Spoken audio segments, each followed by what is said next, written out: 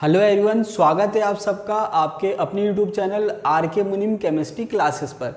देखिए, एरोमेटिसिटी हमने स्टार्ट कर दिया था, उसी को हम कंटिन्यू करते हैं। अब देखिए, यहाँ पर अगर हम बात करें डायरेक्टिव इन्फ्लुएंस ऑफ सब्स्टिट्यूएंट्स, तो देखिए हमने रेजोनेंस पढ़ लिया है। रेजोनेंस दो तरह के होते हैं, plus R and minus R. Plus R वो होते हैं जो बेंजीन रिंग को इलेक्ट्रॉन देते हैं, और माइनस आर वो होते हैं जो बेंजीन रिंग से इलेक्ट्रॉन लेते हैं।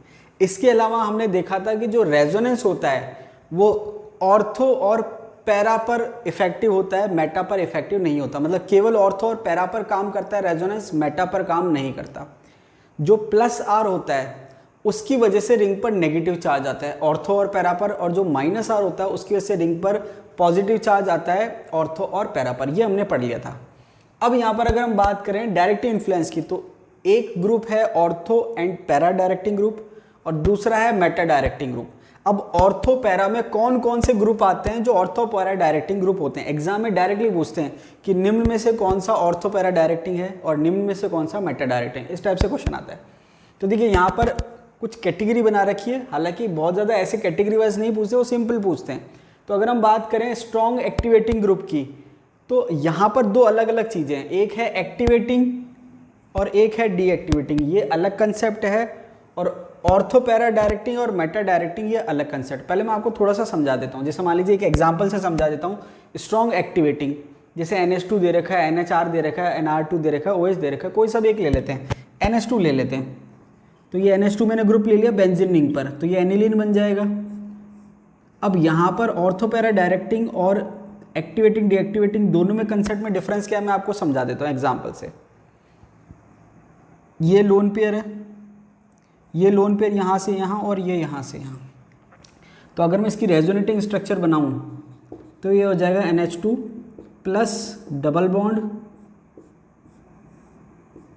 और यहाँ पर आप देखेंगे कि जो रिंग है इस साइड माइनस आ गया है। इसकी अगर आप रेजोनेटिंग स्ट्रक्चर बनाओगे तो ये यहाँ से यहाँ और ये यहाँ से यहाँ।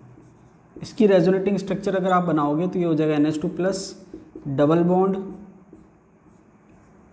और ये आपके हो गए डबल बॉन्ड, और ये डबल बॉन्ड, और ये माइनस। ऐसे अगर आप आगे रेजोनेंस बनाओगे तो ये माइनस यहाँ आ जाएगा फर्दर। तो यहाँ पर आप इसको एक्टिवेटिंग ग्रुप कह रहे हो। एक्टिवेटिंग ग्रुप क्यों कह रहे हैं? इसका जो रीज़न है वो ये है कि बेंजीन जो है उसकी कैरेक्टरिस्टिक रिएक्शन होती है इलेक्ट्रोफिलिक सब्स्टिट्यूशन रिएक्शन। इसका मतलब ये है कि इलेक्ट्रोफाइल अटैक करता है बेंजीन रिंग पे। तो यहाँ पर ये जो एक्टिवेटिंग और डीएक्टिवेटिंग का जो कंसेप्ट है, या ऑर्थो पैरा डायरेक्टिंग का जो कंसेप्ट है, ये हम बात कर रहे हैं इलेक्ट्रोफिलिक सब्स्टिट्यूशन रिएक्शन के लिए। इसको गलती से भी आप न्यूक्लियोफिलिक सब्स्टिट्यूशन रिएक्शन पर अप्लाई मत करना।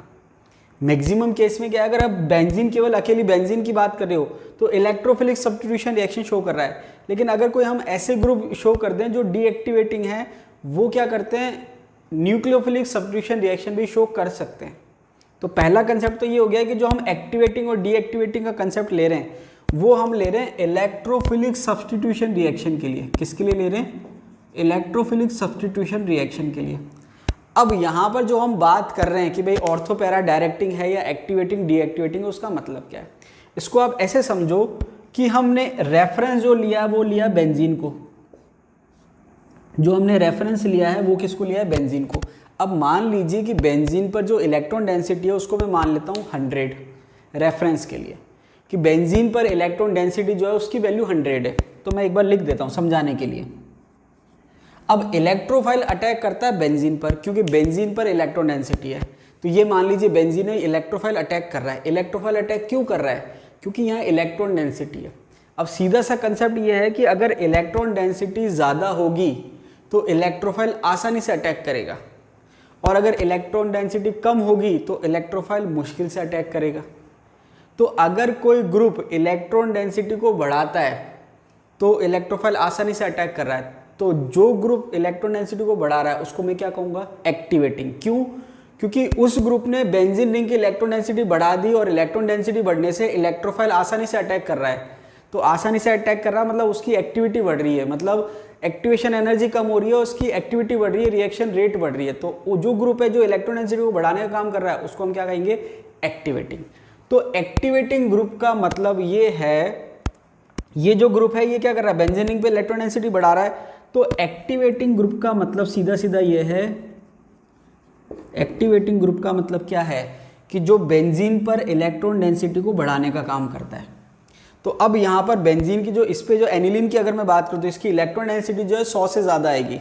तो कुछ भी आप वैल्यू रख सकते हैं, जैसे मान लीजिए 120 आ गई, तो इसने क्या करा, इलेक्ट्रॉन डेंसिटी को बढ़ाने का काम करा।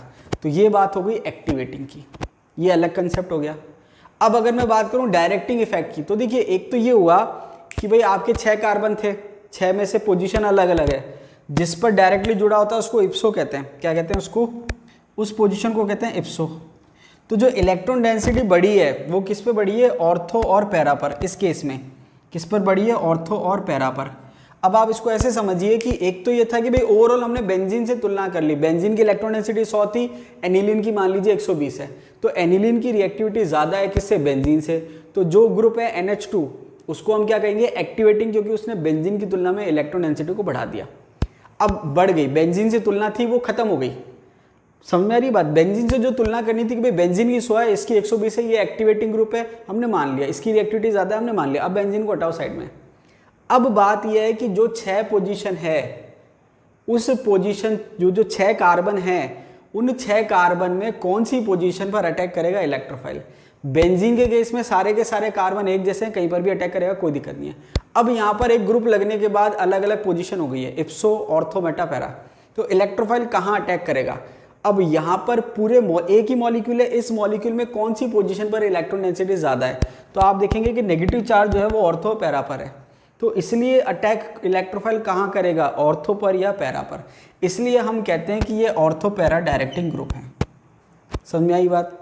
तो यहाँ पर एक कंसेप्ट हो गया एक्टिवेटिंग डीएक्टिवेटिंग का, और एक कंसेप्ट हो गया ऑर्थो पैरा डायरेक्टिंग और मेटा डायरेक्टिंग का। तो ये ऑर्थो पैरा डायरेक्टिंग क्यों करा इसने, क्योंकि इसने नेगेटिव चार्ज जो था वो ऑर्थो पर और पैरा पर था, इसलिए इलेक्ट्रोफाइल ने कहाँ अटैक करा, ऑर्थो पर और पैरा पर।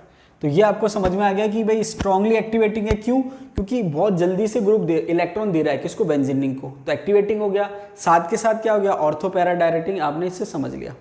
सिमिलर कंसेप्ट है मॉडरेटली एक्टिवेटिंग, इलेक्ट्रॉन ये भी देगा। अब देखिए यहाँ पर एक चीज और है, एक्टिवेटिंग ग्रुप को पहचानने का तरीका क्या है, या ऑर्थो पैरा डायरेक्टिंग ग्रुप को पहचानने का तरीका क्या है, कि जो भी ग्रुप होगा जो डायरेक्ट एटम कार्बन से जुड़ रहा है उसके बाद लोन पेयर प्रेजेंट है। क्या प्रेजेंट है, लोन पेयर। तो चाहे वो O- हो, चाहे NH2 हो, चाहे NHR हो, चाहे NR2 हो, चाहे OH हो, सब पे लोन पेयर प्रेजेंट है।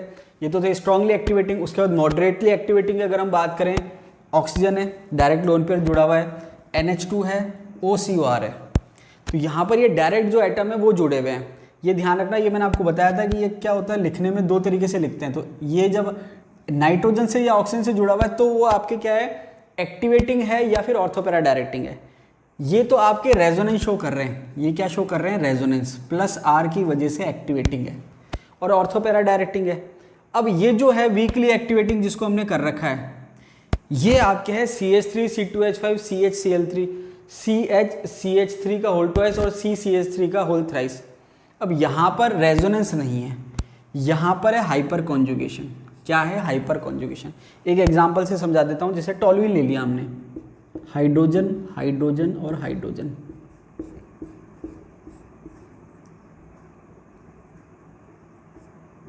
ये हमने कह दिया। अब यहाँ पर रेजोनेंस ना हो गया, हाइपर कॉन्जुगेशन। हाइपर कॉन्जुगेशन में आपको समझा चुका हूँ। हाइपर कॉन्जुगेशन में क्या होता है कि ये बॉन्ड यहाँ से यहाँ और ये यहाँ से यहाँ। तो अब इसमें क्या है कि रेजोनेंस नहीं है, हाइपर कॉन्जुगेशन है। हाइपर कॉन्जुगेशन को आप नो बॉन्ड रेजोनेंस कहते हो। तो ये हो गया H+, और ये आपकी हो गया डबल बॉन्ड, और रिंग पर आ गया माइनस चार्ज। बाकी की रेजोनेटिंग स्ट्रक्चर में नहीं बना रहा, क्योंकि रेजोनेटिंग स्ट्रक्चर जो है वो ऑर्थो पैरा पर इफेक्टिव होती है। तो अब यहाँ पर रेजोनेंस ना होकर हाइपर कॉन्जुगेशन हो रहा है। तो यहाँ पर कौन सा ग्रुप ज़्यादा एक्टिवेटिंग है, क्योंकि ये वाला इंपॉर्टेंट है, ये जो सीक्वेंस है ये इंपॉर्टेंट है। क्यों, क्योंकि रिएक्टिविटी का ऑर्डर डिसाइड होता है इससे। कैसे कि अब यहाँ पर जो इफेक्ट डिसाइड हो रहा है या एक्टिविटी डिसाइड हो रही है, वो कौन से इफेक्ट से डिसाइड हो रही है। तो यहाँ पर क्या है कि +I से डिसाइड नहीं हो रही, किससे डिसाइड हो रही है, +H से। तो यहाँ पर बेंजीन की जो रिएक्टिविटी है, जब ये ग्रुप जुड़ेंगे तो उसकी जो रिएक्टिविटी होगी वो किससे डिसाइड होगी, हाइपर कॉन्जुगेशन से। अब ग्रुप की अगर हम कंपैरिजन करें तो एक है CH3 ग्रुप, एक है C2H5 ग्रुप, तो C2H5 को मैं अगर लिखूं तो ऐसे लिख सकता हूँ CH2 और CH3। इसके बाद है CH का होल थ्राइस, तो मैं लिख देता हूँ एक बार को, हालांकि लिखा हुआ है CHCl3 का होल थ्राइस, और एक है यहाँ पे CCH3 का होल थ्राइस, तो मैंने लिख दिया ऐसे CH3 और CH3। अब यहाँ पर कौन सा ग्रुप ज़्यादा एक्टिवेटिंग है और कौन सा ग्रुप कम एक्टिवेटिंग है, वो कैसे डिसाइड होगा कि आपके अल्फा हाइड्रोजन कितने हैं, क्योंकि हाइपर कॉन्जुगेशन में रोल किसका है, अल्फा हाइड्रोजन का। तो यहाँ पर आप चेक करोगे कि जो कार्बन डायरेक्टली बेंजीन से जुड़ा हुआ है उसके पास कितने हाइड्रोजन है। तो जो CH3 ग्रुप है उसके पास 3 हाइड्रोजन है, क्योंकि डायरेक्टली जो कार्बन जुड़ा हुआ है बेंजीन रिंग से, वो कार्बन के पास जो हाइड्रोजन है वो अल्फा हाइड्रोजन कहलाएंगे। इसके पास 3 है। ये कार्बन डायरेक्टली बेंजीन से जुड़ा हुआ है, इसके पास कितने हैं, 2 हैं। इसके पास 1 है और इसके पास कितने हैं, 0। तो जिसके पास ज़्यादा हाइड्रोजन है वो ज़्यादा एक्टिवेटिंग ग्रुप कहलाएगा। क्यों? Because of hyper conjugation. तो ये जो ऑर्डर है ये इंपॉर्टेंट है। क्यों? क्योंकि जब आप कंपैरिजन करोगे CH3 ग्रुप को जब आप जोड़ोगे बेंजीन से तो क्या हो जाएगा, टॉलिन हो जाएगा। ये आप इसको इथाइल बेंजीन कह सकते हो, इसको आप क्यूमीन कह सकते हो, इसको टर्शरी ब्यूटाइल बेंजीन कह सकते हो। तो कहने का मतलब ये है कि जब आप कंपैरिजन करोगे एल्काइल बेंजीन की रिएक्टिविटी का, तो टॉलुइन की रिएक्टिविटी ज़्यादा होगी बिकॉज ऑफ हाइपर कॉन्जुगेशन। वहाँ पर रेजोनेंस तो है नहीं और इंडक्टिव इफेक्ट से आंसर नहीं निकालना है। क्यों? क्योंकि हाइपर कॉन्जुगेशन डोमिनेंट होता है इंडक्टिव इफेक्ट से। तो ये क्वेश्चन आ चुका है एग्जाम में, तो आई थिंक क्लियर हो गया होगा। इसके बाद ये एक्सेप्शन है। एक्सेप्शन का मतलब क्या है कि जितने भी एक्टिवेटिंग ग्रुप हैं सारे के सारे ऑर्थो पैरा डायरेक्टिंग है, चाहे आप रेजोनेंस से समझाओ चाहे हाइपर कॉन्जुगेशन समझाओ। क्योंकि हाइपर कॉन्जुगेशन में जब आपने करा तो माइनस किस पे आया, ऑर्थो पैरा पे। तो माइनस आया मतलब बेंजीन रिंग में ज्यादा डेंसिटी कौन सी पोजीशन पे है, ऑर्थो पैरा पर। तो इलेक्ट्रोफाइल कहाँ अटैक करेगा, ऑर्थो और पैरा पर। तो ये आपके एक्टिवेटिंग ग्रुप भी है और ऑर्थो पैरा डायरेक्टिंग ग्रुप भी है। अब हेलोजन एक्सेप्शन है। क्यों हेलोजन एक्सेप्शन है? उसका कारण ये है कि बाकी सब में रेजोनेंस और हाइपर कॉन्जुगेशन डोमिनेंट होते हैं इंडक्टिव इफेक्ट से, लेकिन हेलोजन के केस में जो है रेजोनेंस के कंपैरिजन में इंडक्टिव इफेक्ट डोमिनेंट है। तो हेलोजन के केस की जब हम बात करेंगे तो इसमें इंडक्टिव इफेक्ट डोमिनेंट है किससे, रेजोनेंस से। अब यहाँ पर जो इंडक्टिव इफेक्ट और रेजोनेंस है उसका ऑर्डर रिवर्स है। इसका मतलब क्या हुआ, इसका मतलब ये हुआ कि हेलोजन के केस में एक तो इंडक्टिव इफेक्ट माइनस आई है और रेजोनेंस प्लस आ रहा है। अगर आप देखोगे NH2 का या OH का तो यहाँ पर ये भी माइनस आई लगा रहे हैं, लेकिन माइनस आई डोमिनेंट नहीं है, रेजोनेंस डोमिनेंट है। इसलिए हमने इसको क्या कहा, एक्टिवेटिंग और ऑर्थो पैरा डायरेक्टिंग। अब यहाँ पर क्या है कि जो डिफरेंस है एक्टिवेटिंग का मतलब क्या है और ऑर्थो पैरा डायरेक्टिंग का मतलब क्या है, वो आपको यहाँ समझ में आएगा। कैसे समझ में आएगा वो मैं आपको समझा देता हूँ। अब यहाँ पर मैंने मान लीजिए हेलोबेंजीन की बात करी, क्लोरोबेंजीन ले लेते हैं। क्या ले लेते हैं, क्लोरोबेंजीन। तो उससे हम समझते हैं कि भाई क्लोरोबेंजीन को जब हम कंपेयर करेंगे तो क्या मतलब है एक्टिवेटिंग डीएक्टिवेटिंग का और ऑर्थो पैरा डायरेक्टिंग का, तो वो आपको यहाँ समझ में आ जाएगा। तो हम देख लेते हैं। अब देखिए मैंने लिया क्लोरोबेंजीन। क्या लिया मैंने, क्लोरोबेंजीन। तो देखिए क्लोरोबेंजीन ले लेते हैं, ये मैंने क्लोरोबेंजीन ले लिया। अब क्लोरोबेंजीन जो है वहां पर लोन पेयर प्रेजेंट है उसके पास। यहां पर डोमिनेंट जो इफेक्ट है वो कौन सा है, रेजोनेंस है या इंडक्टिव है। तो यहां पर आप देखेंगे कि जो क्लोरीन है वो +R शो कर रहा है। क्या शो कर रहा है, +R, और -I भी शो कर रहा है। तो +R से क्या कर रहा है, इलेक्ट्रॉन देने का काम कर रहा है। -I से क्या कर रहा है, इलेक्ट्रॉन लेने का काम कर रहा है। डोमिनेंट कौन सा है, -I। तो यहाँ पर -I डोमिनेंट है, तो एक हाथ से दे रहा है एक हाथ से ले रहा है। दे कम रहा है ले ज़्यादा रहा है, तो ओवरऑल इलेक्ट्रॉन क्या कर रहा है, ले रहा है। और वो किससे डिसाइड हुआ, -I से। तो ओवरऑल इसने इलेक्ट्रॉन लिए। तो बेंजीन की अगर इलेक्ट्रॉन डेंसिटी 100 थी तो इसकी इलेक्ट्रॉन डेंसिटी मान लीजिए कितनी हो गई, 80। तो इसकी ओवरऑल इलेक्ट्रॉन डेंसिटी बेंजीन की तुलना में कम होती है, इसलिए ये डीएक्टिवेटिंग कहलाता है। क्या कहलाता है, डीएक्टिवेटिंग। मतलब जो हेलोजन ग्रुप है वो डीएक्टिवेटिंग कहलाता है। क्यों, क्योंकि ओवरऑल इलेक्ट्रॉन डेंसिटी इसकी बेंजीन से कम हो गई, इसलिए ये डीएक्टिवेटिंग है। तो एक्टिवेटिंग का मतलब कब, जब इलेक्ट्रॉन डेंसिटी बेंजीन की तुलना में ज़्यादा हो, और डीएक्टिवेटिंग कब, जब इलेक्ट्रॉन डेंसिटी बेंजीन की तुलना में कम हो। ये तो बात हो गई एक्टिवेटिंग और डीएक्टिवेटिंग की। ये अलग कंसेप्ट है, इसको हमने अलग कर दिया। अब हम भूल जाते हैं कि ये एक्टिवेटिंग है या डीएक्टिवेटिंग है। अब हम केवल रेजोनेंस देखते हैं। तो जब केवल रेजोनेंस देखोगे तो ये यहाँ से यहाँ और ये यहाँ से यहाँ। तो रेजोनेंस जब आप देखोगे तो रेजोनेंस तो लगभग वैसा ही है जैसा बाकियों का आ रहा था, रेजोनेंस लगभग वैसा ही है जैसा बाकियों का आ रहा था, ये माइनस।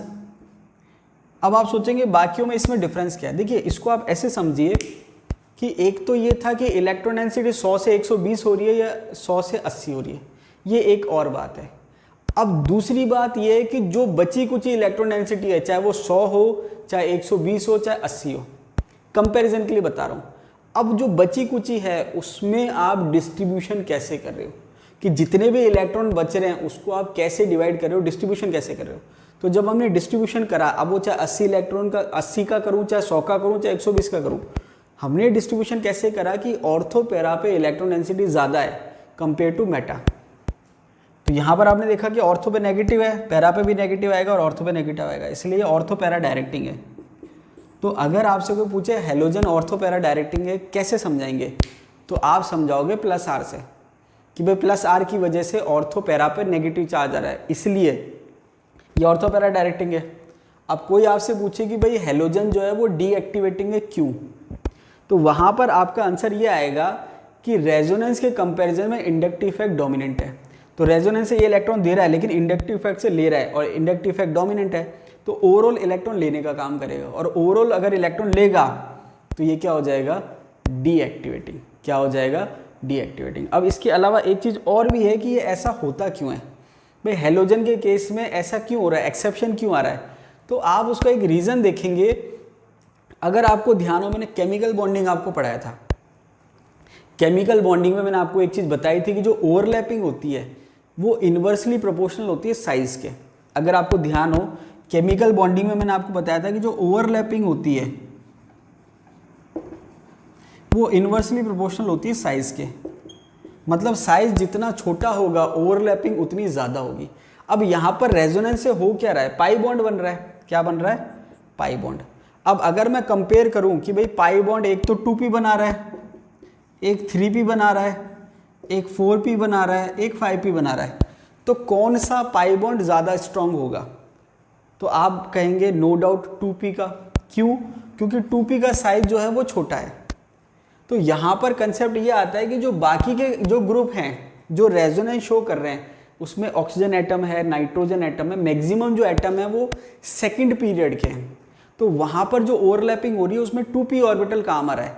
तो 2p ऑर्बिटल की पाई बॉन्डिंग स्ट्रांग होती है या इफेक्टिवली पाई बॉन्डिंग हो रही है क्योंकि छोटा ऑर्बिटल है, इसलिए रेजोनेंस डोमिनेंट है। लेकिन अगर मैं हेलोजन की बात करूं एक्सेप्ट फ्लोरीन, फ्लोरीन की बात नहीं कर रहा मैं, क्लोरीन, ब्रोमीन, आयोडीन की बात कर रहा हूं, तो यहाँ पर इसका जो ऑर्बिटल है वो 3p है, 4p है और 5p है। तो क्योंकि इनके p ऑर्बिटल के साइज बड़े हैं, क्योंकि 3p, 4p, 5p आ रहा है, तो पाई बॉन्डिंग इतनी इफेक्टिव नहीं हो पाती बिकॉज ऑफ साइज। और पाई बॉन्डिंग ज़्यादा नहीं होती, साइज बड़ा है, इसलिए जो है रेजोनेंस कम होता है। और रेजोनेंस कम होने की वजह से रेजोनेंस इफेक्ट जो है वो ज़्यादा डोमिनेटिंग ना होके इंडक्टिव इफेक्ट जो है वो ज़्यादा डोमिनेटिंग हो जाता है। ये इसका रीज़न है। आई थिंक समझ में आ गया होगा। तो ओवरऑल हमने क्या देखा कि जितने भी एक्टिवेटिंग ग्रुप होते हैं वो ऑर्थो पैरा डायरेक्टिंग होते हैं, एक्सेप्शन है हेलोजन। हेलोजन जो है वो डीएक्टिवेटिंग ग्रुप है लेकिन ऑर्थो पैरा डायरेक्टिंग है। क्यों, क्योंकि हेलोजन प्लस आर शो कर रहा है इसलिए ऑर्थो पैरा डायरेक्टिंग है, और यहाँ पर माइनस आई डोमिनेंट है इसलिए ये क्या है, डीएक्टिवेटिंग है। इसके अलावा ये आपके जो एल्काइल ग्रुप है ये प्लस एच की वजह से आप शो कर पाते हो कि ये एक्टिवेटिंग क्यों है, ये हाइपर कॉन्जुगेशन की वजह से एक्टिवेटिंग है। और इस वजह से CH3 की एक्टिविटी ज़्यादा है, फिर C2H5 की, फिर CH3 होल थ्राइस की, और CCH3 होल थ्राइस की सबसे कम है। ये रिएक्टिविटी ऑर्डर भी आपको ध्यान रखना है, डायरेक्टली एग्जाम में पूछते हैं। अब आ जाते हैं हम स्ट्रांगली डीएक्टिवेटिंग या हम कहें मेटा डायरेक्टिंग। तो स्ट्रांगली डीएक्टिवेटिंग की जब हम बात करते हैं तो NO2 हो गया, NR3+ हो गया, CF3 हो गया, CCl3 हो गया। इसके अलावा आपके CN हो गया, SO3H हो गया, COH हो गया, COR हो गया, CH हो गया, COR ETC। तो यहाँ पर आपको ध्यान क्या रखना है कि NO2 हो गया, ये -R शो कर रहा है, तो ये आपके -R शो कर रहे हैं। क्या शो कर रहे हैं, -R, या फिर -R की जगह -H भी शो कर सकते हैं। अब देखिए -H इतना कॉमन नहीं है तो मैं बहुत ज़्यादा डिटेल में नहीं जाऊँगा वरना आप कंफ्यूज हो जाएंगे। इसके अलावा ये -I भी शो कर सकता है, क्या शो करता है, -I भी कर सकता है। समझाने के लिए बता रहा हूँ कैसे, कि अगर आपको रेजोनेंस समझाना है तो बहुत आसान है। जैसे मान लीजिए CHO ग्रुप है, इससे आप समझा सकते हैं, साइनाइड से समझा सकते हैं। लेकिन CF3 जो ग्रुप है, यहाँ पर आप देखेंगे, अब देखिए एक चीज़ और है, इसको अगर आप पहचानो कि भाई कौन से ग्रुप जो है वो मेटा डायरेक्टिंग है, उसको पहचानने का तरीका क्या है। पहचानने का तरीका ये है कि जो एटम डायरेक्टली बेंजीन रिंग से जुड़ रहा है उससे एक हेटेरो एटम इलेक्ट्रॉन नेगेटिविटी ज़्यादा वाला जुड़ा होगा मल्टीपल बॉन्ड से। वापस से रिपीट कर रहा हूँ कि डीएक्टिवेटिंग ग्रुप को पहचानने का एक्टिवेटिंग को पहचानने का तरीका क्या था कि जो एटम डायरेक्टली जुड़ा हुआ है उसके पास लोन पेयर है, या फिर हाइपर कॉन्जुगेशन वाला केस और ये हेलोजन। ये तो आपके एक्टिवेटिंग की बात थी। डीएक्टिवेटिंग जो है, जो -R शो कर रहा है, वो कौन से हैं कि जो एटम डायरेक्टली बेंजीन रिंग से जुड़ा हुआ है उससे जो एटम जुड़ा हुआ है उसकी इलेक्ट्रॉन नेगेटिविटी ज़्यादा है और वो मल्टीपल बॉन्ड से जुड़ा हुआ है। इसको एग्जाम्पल से समझाएं तो ये आपकी बेंजीन रिंग हो गई, ये आपके कार्बन डबल बॉन्ड O और ये H हो गया। तो डीएक्टिवेटिंग ग्रुप की खासियत क्या है कि जो एटम डायरेक्टली बेंजीन रिंग से जुड़ा हुआ है उसके साथ एक दूसरा एटम जुड़ा हुआ है जो मल्टीपल बॉन्ड के साथ जुड़ा हुआ है और इसकी इलेक्ट्रॉन नेगेटिविटी ज़्यादा है। तो इससे होता क्या है कि ये इलेक्ट्रॉन यहाँ से यहाँ और ये इलेक्ट्रॉन यहाँ से यहाँ। तो अब आप ये देखेंगे कि ये आपके कार्बन ऑक्सीजन माइनस, ये H और ये आपके जो है प्लस चार्ज आ गया।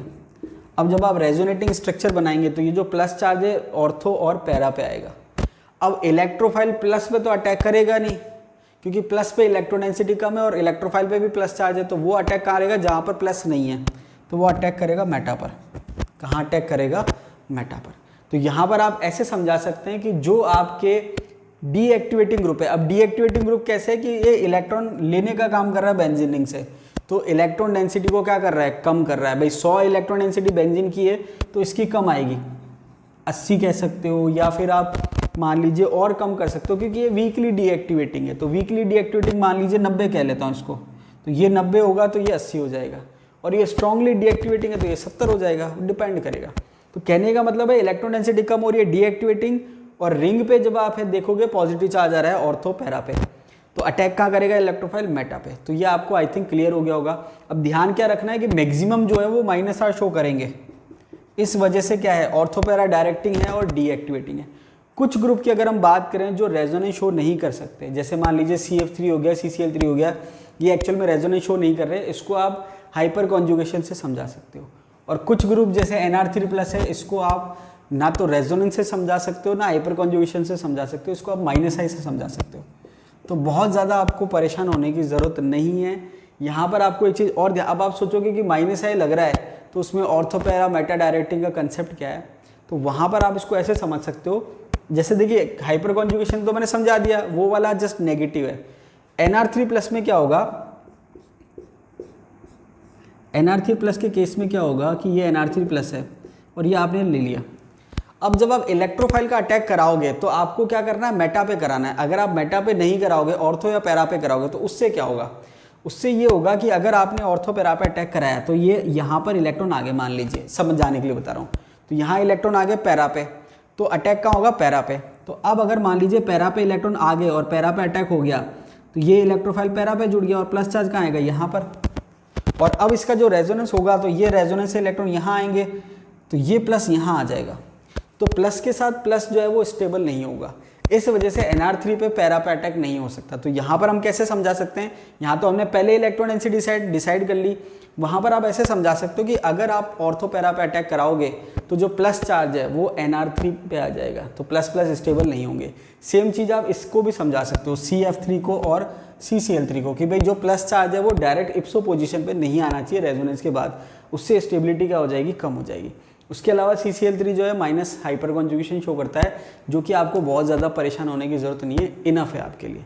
तो यहाँ पर ये आपके जो है डायरेक्टिव इन्फ्लुएंस हो गया, एक्टिवेटिंग डीएक्टिवेटिंग हो गया, बहुत इंपॉर्टेंट है, काफ़ी चीज़ें समझने में आपकी हेल्प करेगा।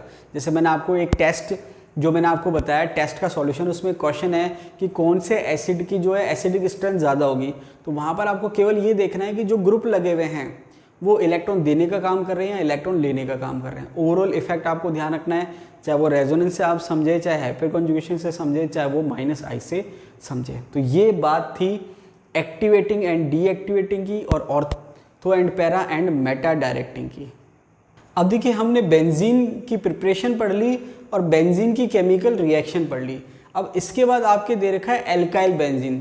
तो देखिए एल्काइल बेंजीन की अगर हम बात करें तो सबसे पहले दे रखा है methods of preparation. Methods of preparation में फर्स्ट है फ्रिडल क्राफ्ट्स एल्काइलेशन। अब देखिए फ्रिडल क्राफ्ट एल्काइलेशन क्या होता है ये मैं आपको पढ़ा चुका हूँ। तो हम नेक्स्ट रिएक्शन पे चलते हैं, वुड्स फिटिग रिएक्शन। अब देखिए आगे जब आप एल्केन पढ़ेंगे या एल्किल हैलाइड पढ़ेंगे वहाँ पर आपके आएगा वुड्स रिएक्शन और फिटिग रिएक्शन। तो उन दोनों के बीच की जो कंडीशन है या बीच की जो रिएक्शन है वो है वुड्स फिटिग रिएक्शन। तो वुड्स रिएक्शन भी आपके आगे आएगी हाइड्रोकार्बन में और फिटिग रिएक्शन भी आपकी आएगी। तो यहाँ पर है वुड्स फिटिग रिएक्शन। तो देखिए क्या होता है, हेलोबेंजीन C6H5X हेलोबेंजीन, साथ में दे रखा है सोडियम मेटल और दे रखा है RX एल्किल हैलाइड या हेलो एल्केन आप कह सकते हो। ईथर में आप रिएक्शन करा रहे हो तो होगा क्या कि ये जो सोडियम है ये X के साथ निकल जाएगा या X जो है सोडियम के साथ चला जाएगा और C6H5 और R ये आपस में जुड़ जाएंगे। तो ये आपकी हो गया C6H5R जिसको आप कह सकते हो एल्काइल बेंजीन। अगर आप यहाँ पर C6H5 की जगह R लेते केवल तो ये भी RX हो जाता और ये भी RX हो जाता, तो ये रिएक्शन कहलाती है वुड्स रिएक्शन। अगर आप C6H5X इधर भी लेते और C6H5X इधर भी लेते तो ये फिटिग रिएक्शन कहलाती। तो अगर दोनों R लेते तो वुड्स रिएक्शन, दोनों C6H5 लेते तो फिटिग रिएक्शन, एक C6H5 और एक R ले लिया तो क्या हो गया वुड्स फिटिग रिएक्शन। तो ये आपके बन गया एल्किल हैलाइड। तो ये हो गए मेथड्स ऑफ प्रिपरेशन। इसके बाद अगर हम बात करें रिएक्शंस की तो रिएक्शन में सबसे पहले दे रखा है इलेक्ट्रोफिलिक एरोमेटिक सब्स्टिट्यूशन। तो इलेक्ट्रोफिलिक एरोमेटिक सब्स्टिट्यूशन हमने पढ़ रखा है, मैकेनिज्म हमने पढ़ रखा है। अब यहाँ पर हमको क्या देखना है कि जब हम रिएक्शन की बात करें तो सबसे पहले दे रखा है रिएक्टिविटी ऑर्डर। तो देखिए रिएक्टिविटी ऑर्डर मैंने अभी आपको जस्ट पहले पढ़ाया है कि यहाँ पर इसकी रिएक्टिविटी ऑर्डर ज़्यादा है, उसके बाद इसका, उसके बाद इसका और उसके बाद इसका। तो अगर आप इंडक्टिव इफेक्ट से निकालोगे आंसर तो आपका आंसर गलत आएगा। क्यों? क्योंकि इसका इंडक्टिव इफेक्ट कम है और यहाँ पर लेफ्ट से राइट जा रहे हैं तो इंडक्टिव इफेक्ट बढ़ रहा है। यहाँ पर आंसर आएगा हाइपर कॉन्जुगेशन से। तो आपको एक चीज़ ध्यान रखनी है कि हाइपर कॉन्जुगेशन जो है वो डोमिनेटिंग है इंडक्टिव इफेक्ट से। तो यहाँ पर क्योंकि 3 हाइड्रोजन है इसका हाइपर कॉन्जुगेशन ज़्यादा है, फिर उसके बाद इसका, इसका और इसका। तो ये आपको ध्यान रखना है, रिएक्टिविटी ऑर्डर एग्जाम में पूछ रखा है। नेक्स्ट चलते हैं नाइट्रेशन। अब दूसरी बात अभी हमने देखा था कि ये +H शो कर रहा है और +H की वजह से ये ऑर्थो एंड पैरा डायरेक्टिंग है। तो जो भी इलेक्ट्रोफाइल ऐड होगा, देखिए बेंजीन में तो कोई स्पेसिफिक पोजीशन होती नहीं है तो कहीं भी ऐड हो जाएगा, एक ही बात है। यहाँ पर आपको पोजीशन का ध्यान रखना है। तो यहाँ पर जब आप कराएंगे तो क्योंकि ये ऑर्थो पैरा डायरेक्टिंग है तो आपको इलेक्ट्रोफाइल ऑर्थो पैरा पे जोड़ना है। तो जैसे आपने इसका नाइट्रेशन कराया तो ये टॉलुइन का जब आप नाइट्रेशन कराओगे HNO3 और H2SO4 तो ये जो NO2 ग्रुप है इलेक्ट्रोफाइल वो कहाँ जुड़ेगा, ऑर्थो पे और पैरा पे। अब डिटेल मैकेनिज्म मैं आपको बेंजीन में पढ़ा चुका हूँ, बहुत ज़्यादा डिटेल में जाने की जरूरत नहीं है, केवल आपको ध्यान रखना है कि जो NO2 है वो ऑर्थो पे और पैरा पे जुड़ेगा। इसके बाद सेकंड रिएक्शन है सल्फोनेशन। तो सल्फोनेशन में आप टॉलुइन का सल्फोनेशन करा रहे हो, H2SO4 है, साथ में क्या है ब्रैकेट में लिखा हुआ है SO3, तो इसको आप कहते हो फ्यूमिंग सल्फ्यूरिक एसिड। क्या कहते हो? Fuming sulphuric acid. Sulphuric acid में SO3 गैस प्रेजेंट है, उसको हम कहते हैं फ्यूमिंग सल्फ्यूरिक एसिड। तो यहाँ पर जो SO3H ऐड होगा वो ऑर्थो पे और पैरा पे। इसके बाद नेक्स्ट है हेलोजिनेशन रिएक्शन। अब ये आपको ध्यान रखनी है, हेलोजिनेशन रिएक्शन जो है इसके जस्ट नीचे भी एक रिएक्शन लिखी हुई है, उससे कंपैरिजन करते हैं हम। तो देखिए हेलोजिनेशन रिएक्शन जो दे रखी है CH3 की, उसमें लिखा हुआ है Cl2/Fe, या आप कह सकते हो कोई सा भी लुईस एसिड दे रखा है और यहाँ पर ये लिखा हुआ है डार्क।